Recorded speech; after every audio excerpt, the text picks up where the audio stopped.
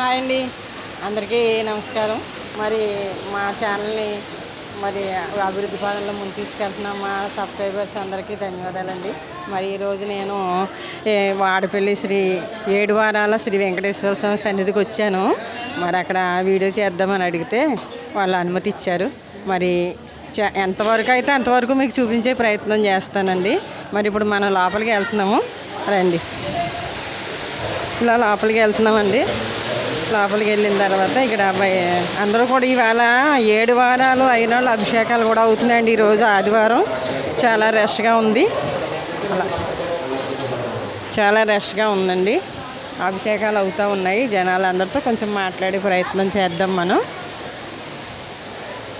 ఒకసారి వెంకటేశ్వర స్వామి గోవింద గోవింద. ఇప్పుడు లోపలికి వెళ్తున్నామండి, మీకు అలా చూపిస్తాం. వీళ్ళతో మనం మాట్లాడదామండి. ఇక్కడ వీళ్ళతో మాట్లాడదాం. అమ్మ నమస్తే అండి. మీరు ఎక్కడి నుంచి వచ్చారు? మరి మాట్లాడండి. వైజాగ్ నుంచి వచ్చామండి. స్వామి దర్శనం అయిందా మీకు? దర్శనం అయిందని కళ్యాణం కోసం వెయిటింగ్ చేస్తున్నాం. స్వామి మరి మీకు అందరికీ కూడా ఆశీర్వచనాలు అందుతున్నాయి, అనుకున్న పనులన్నీ అవుతున్నాయి కదా? అవుతున్నాయండి. ఒకసారి గోవిందా. అదండి, వాళ్ళు కూడా వైజాగ్ నుంచి వచ్చారంటండి. బాగుందని చెప్పారు. మరి కళ్యాణం కోసం వెయిట్ చేస్తున్నారు. ఇది మనం ఇలా వెళ్తూ ఉంటాండి. ఇది ధ్వజస్తంభం అండి. ఇది అలా ధ్వజస్తంభం అండి. మనం ఇక్కడ మళ్ళీ ఇంకా పిల్లలకి పటికి బెల్లం అది తూకం వేసేవాళ్ళు కూడా ఉంటారండి. అది కూడా మనం మీకు చూపించే ప్రయత్నం చేస్తాను. ఈ పక్క కార్నర్లో స్వామికి మొక్కుకున్న వాళ్ళందరూ పటికి బెల్లం తూకం వేస్తున్నారండి. మనం అక్కడికి వెళ్దాము. అలా అమ్మ మీరు ఎక్కడి నుంచి వచ్చారు? గోరగల్మూడి నుంచి వచ్చారా? మరి స్వామి దర్శనం బాగా అయ్యిందా? బాగా అయింది కదా. మీరు 7 వారాలు మొక్కుకున్నారా? మామూలుగా పటికి బెల్లం తీర్చడానికి వచ్చారా? సరే తల్లి, దర్శనం బాగా అయింది కదా. సరే, మరి ఇక్కడ పటికి బెల్లం తూకం వేస్తున్నారండి. మరి స్వామితో మాట్లాడే ప్రయత్నం చేద్దాం. మనకి ఇదిగోండి, ఇక్కడే ఇలాగా పటికి బెల్లం తూకం వేసి స్వామివారికి తూకం ఇస్తున్నారన్నమాట. పర్లేదు, అలా కూర్చోబెట్టాను. మన బాబుకి చూసారండి. సుమారు ఎన్ని కేజీలు తూగారండి? 15 కేజీలు తూగారు. శ్రీనివాస గోవింద గోవింద. మరి స్వామివారికి పట్టి బెల్లం తూకాలు అది అయ్యాయండి. మరి ఇదిగో ఇలాగా అందరూ కూడా మొక్కుబళ్ళు తీసుకొని ఇవాళ వచ్చారు.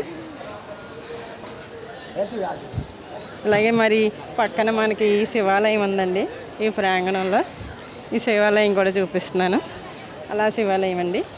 అయితే మనం గర్భగుడి తీయడానికి అనుమతి లేదు, బయట జనాలతోనే తీయడం జరుగుతుంది. మీరు లోపల చూస్తున్నారు. ఆ లోపల చూస్తుంటే 7 వారాలు అయిన వాళ్ళు అభిషేకాలు అవుతున్నాయండి. అది దర్శనం లైన్ కూడా ఉంది. చాలా రష్గా ఉంది, చాలా క్యూ లైన్ ఎక్కువ ఉన్నది.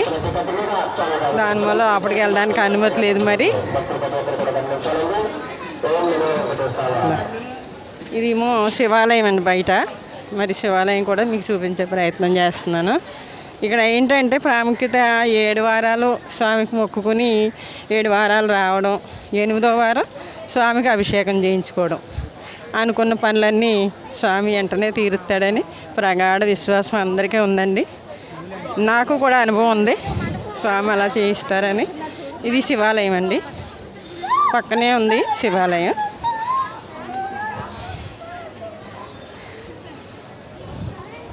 అదిగోండి శివాలయం. శివాలయ దర్శనం చేసుకోండి. అటు నుంచి మరి ఇటు నుంచి కూడా చూస్తే మనకి చాలా జనం ఉన్నారండి. జనం రద్దీగా ఉన్నారు, బాగా ఎక్కువ ఉన్నారు. అలా లైన్లో ఉన్నారండి జనం అందరూ. అదిగోండి దర్శనానికి ఇవాళ కూడా చాలా ఆదివారమే కదా అనుకుంటే చాలా జనం ఉన్నారండి. ఓ పక్కేమో అభిషేకాలు అవుతున్నాయి, ఒక సైడ్ పక్కనేమో కళ్యాణాలు అవుతున్నాయి.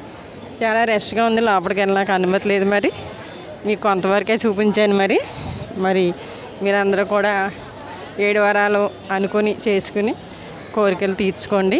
అలాగే ఈ గుడి వెనక ప్రాంగణానికి కూడా వెళ్తున్నాం మనం. ఇలా చూస్తే అండి ఈ ద్వారం నుంచి కూడా దర్శనాలు అవుతున్నాయండి. ఇలాగా ఇటు కూడా వెళ్తున్నారు. ఇటు వెనక పక్క అండి ప్రసాదాల కౌంటర్లు అది ఇటు ఉన్నాయి. మనకి అమలాపురం నుంచి రావులపాలెం బస్సు అది అవైలబుల్గా ఉందండి. ఎక్కడెక్కడి నుంచో కూడా వస్తున్నారు. మరి ఈ ప్రాంగణం అంతా కూడా చాలా విశాలంగా స్వామిని చూడడానికి బాగుంటుంది. నేను వచ్చాను కదా, అయినంత వరకు మీకు చూపించే ప్రయత్నం చేశాను. మరి స్వామికి మీరు కూడా దర్శనం చేసుకుని ఆయన ఆశీర్వాదం పొందాలని అనుకుంటున్నానండి.